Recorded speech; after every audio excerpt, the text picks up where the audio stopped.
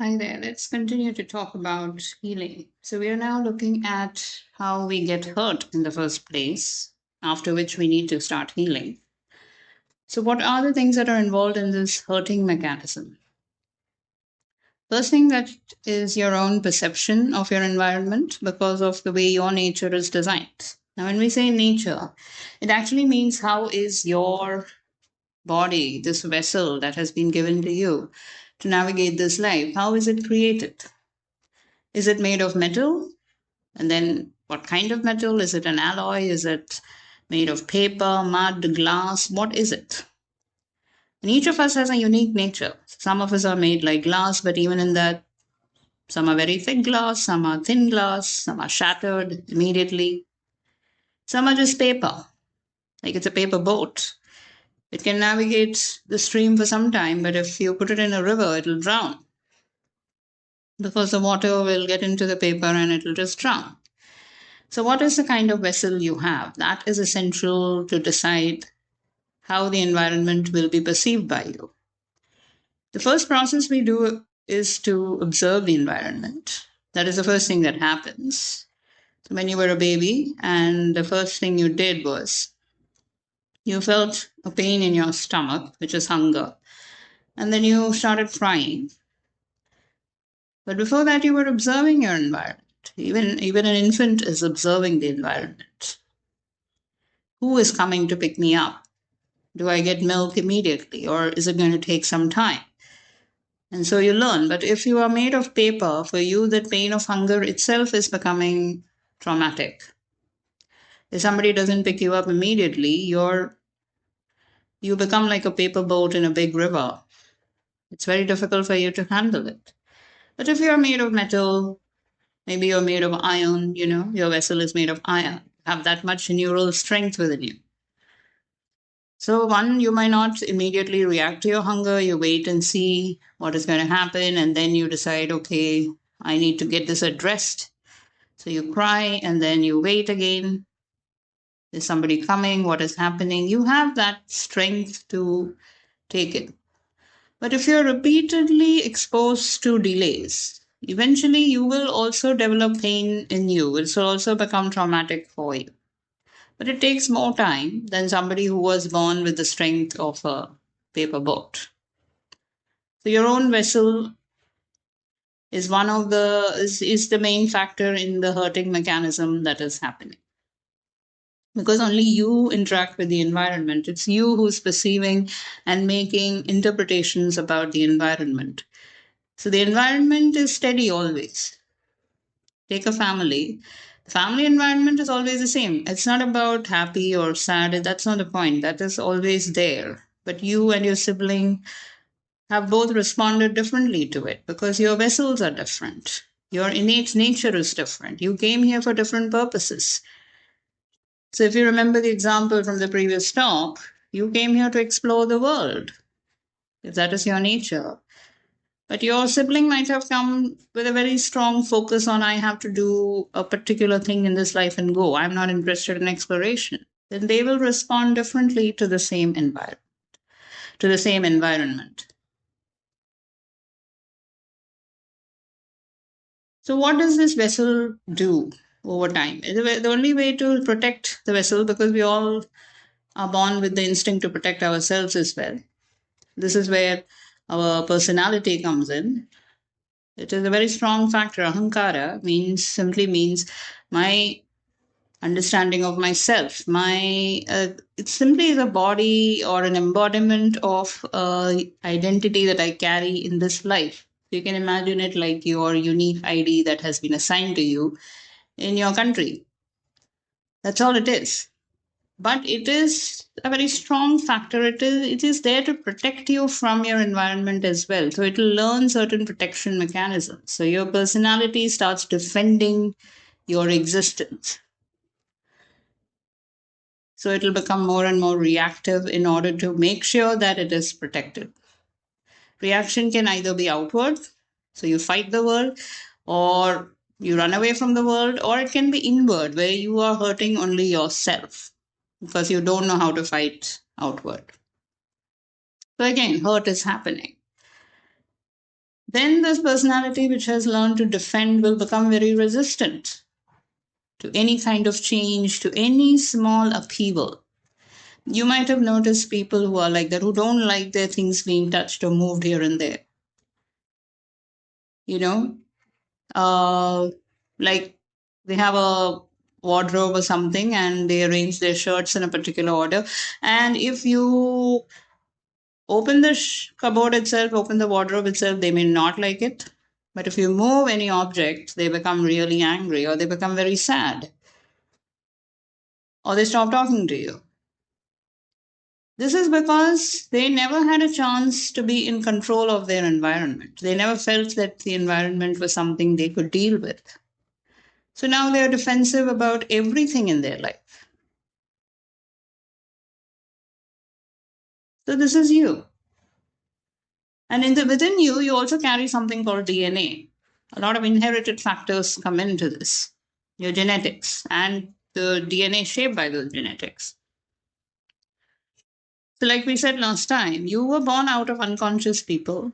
They were born out of unconscious people. So, there have been several generations of unconscious, unaware people creating more and more children. And those children are carrying all the pain and the trauma of those people as well. So, the DNA of your lineage also gets altered because of this. Your ancestors' DNA.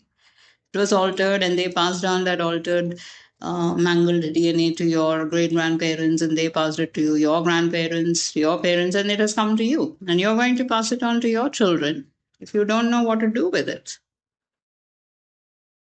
Because you are also an unconscious person only. So this is my healing comes in.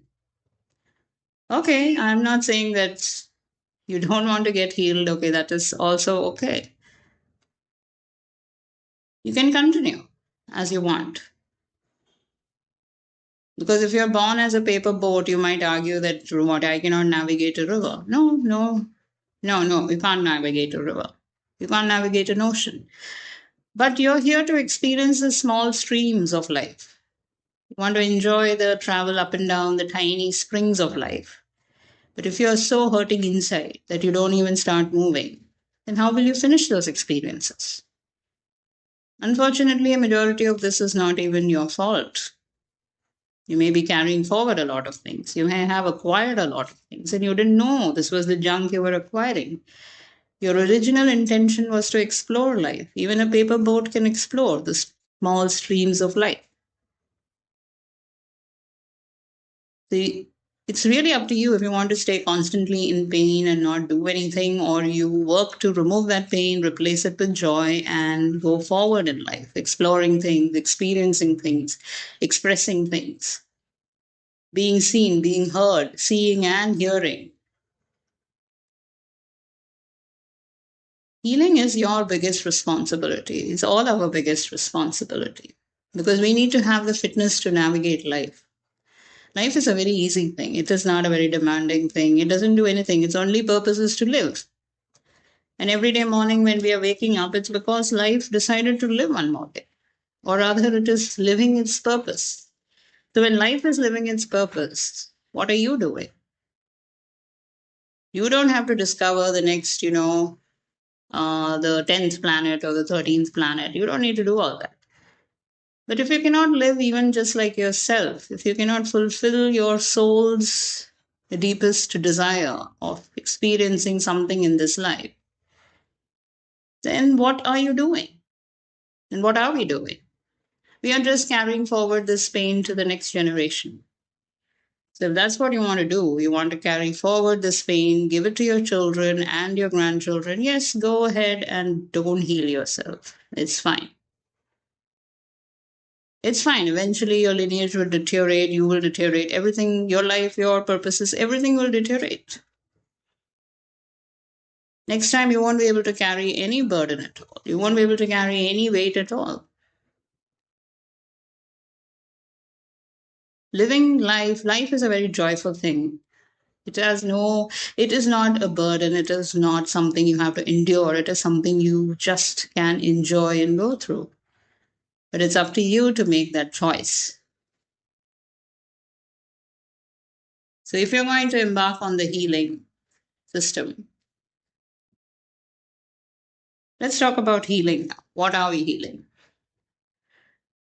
One is we have to retrain our bodies to start using the parasympathetic nervous system.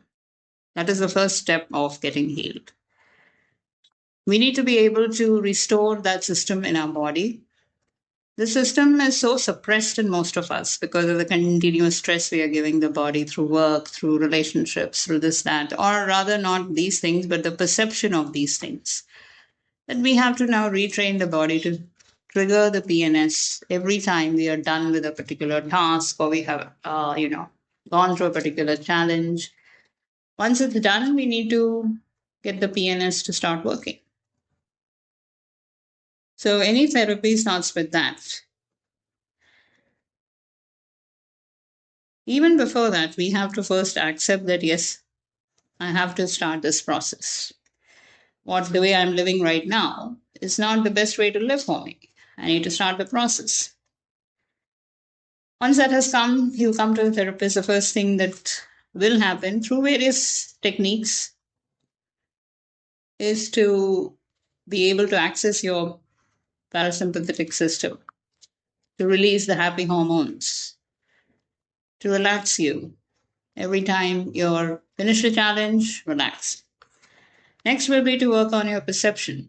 Because only when you're relaxed, anything else can be done. Only when the nervous system, the PNS is relaxed, it is in the receptive state, then only you can also, take in the healing.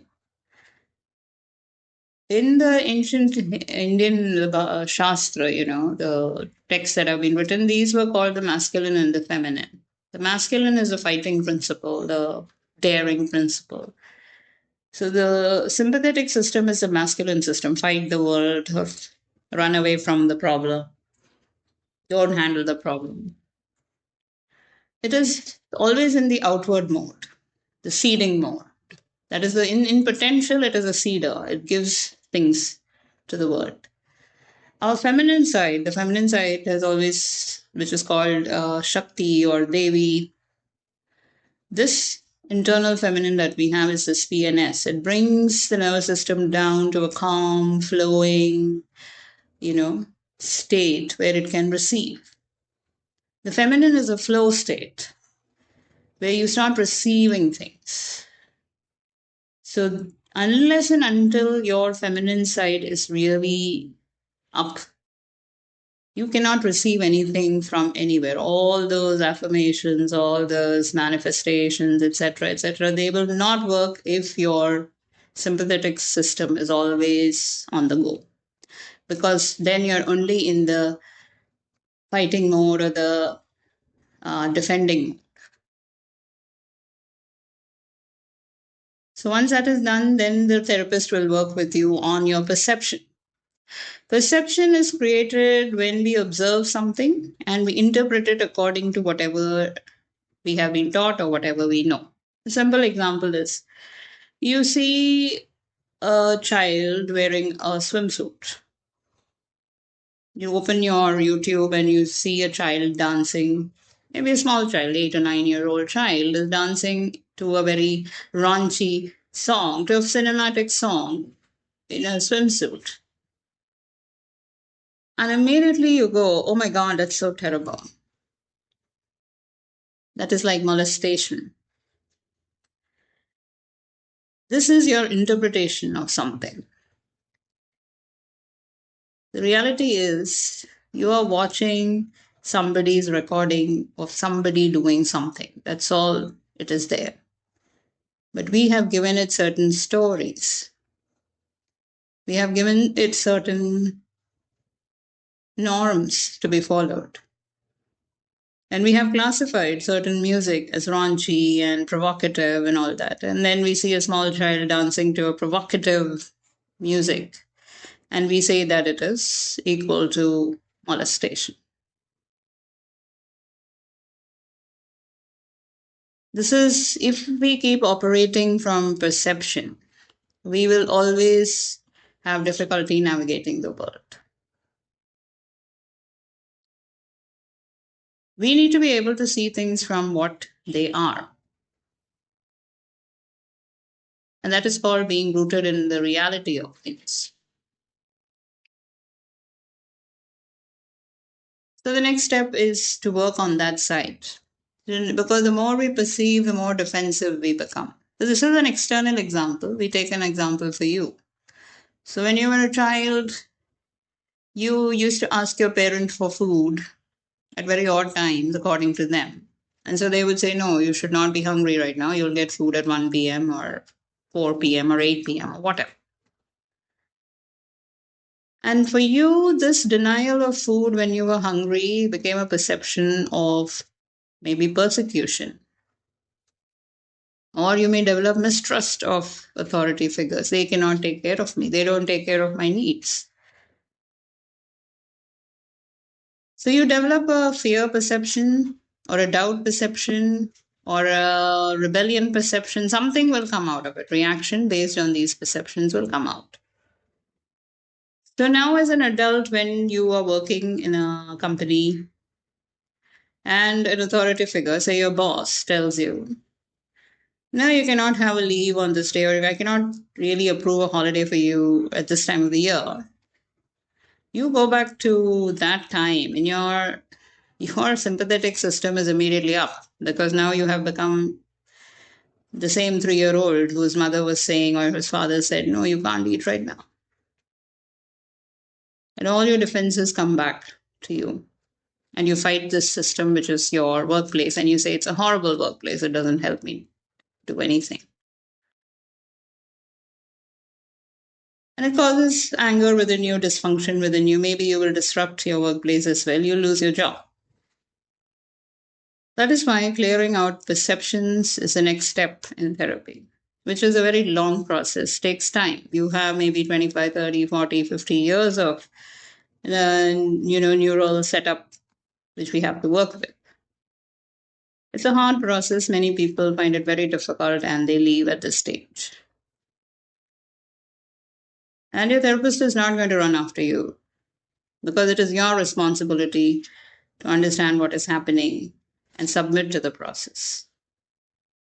Because initially, all clients come in the masculine setup, challenging or fighting or defending. Then, once they are in the receptive state, also, they go back to the masculine because, again, it's very difficult, things come up. And again, you're in the fight mode.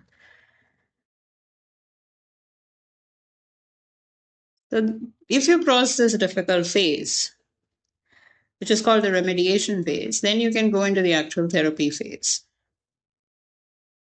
where the healing will actually start, where the actual neural reset will start.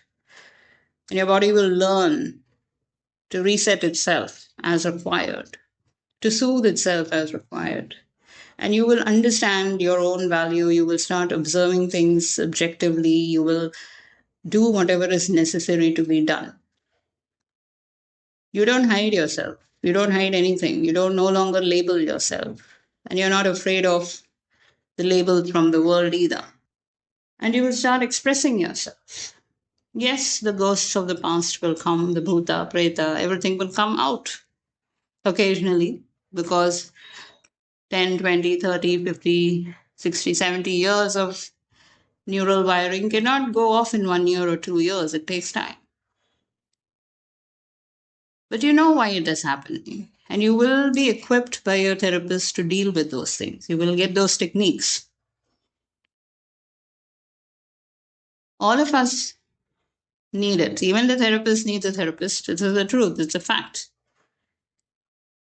Healing others is a very traumatic process for healers themselves. So they also go out and get healing done regularly.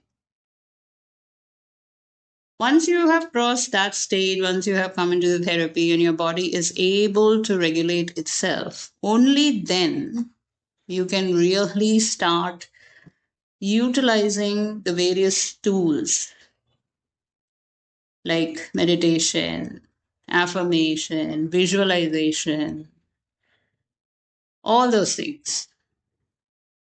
Until and unless your body is properly regulating itself, none of these things will work for you. Or you will do it and you will get some stupid result out. And the later we are starting this therapy or later we are getting into this healing, the longer it takes to come out of it. It's the same as physical wounds. Young people heal faster than older people because young people want to live, they want to move forward. A 5-year-old cuts his hand, he just wants to move forward. So he thinks like that. That's why he heals faster. The older you get, the more of these impressions stay behind. So it takes a lot of work. And you must be willing to take up this work. And this willingness is also something that only remediation can bring within you. And part of this remediation is also to bring up your own sense of responsibility towards yourself. Yes, I must come into my full potential. That is my responsibility. A good therapist will bring you to that point so that then nobody needs to push you to come for your remediation or your therapy or your next levels of access. So before you start listening to all those, frequency music and you're starting to listen to affirmations and you're trying out all these things, some people try out, I don't know, astral projections, this, that. All that, if you do with a damaged body, it will only induce more damage. And when I say body, it includes the physical body and the non physical parts of your body, that is, mind, etc. So, healing is essential. If you take a step today, it gives you a chance to live a wonderful life. If you resist the step today, your patterns will continue, your pain will continue. And the later you start, the lesser time you have with a wonderful life. That's all. It's not a big deal, but you have to get into it at some time. That's the reality of it. So I hope you will be able to understand why this is needed and it will trigger something in you to fix. It's not about fixing, it's about touching your own potential and achieving your own potential. Philosophers will tell you that you are enough as you are, you're very good. But let me ask you something. You are struggling inside ditch water right now, in a ditch full of sewage. You are there right now. You're struggling there. You're not swimming, you're not sinking, you're just beating your hands and feet and somehow staying afloat. Are you enough? If you think you're enough, well, you can continue to be in ditch water.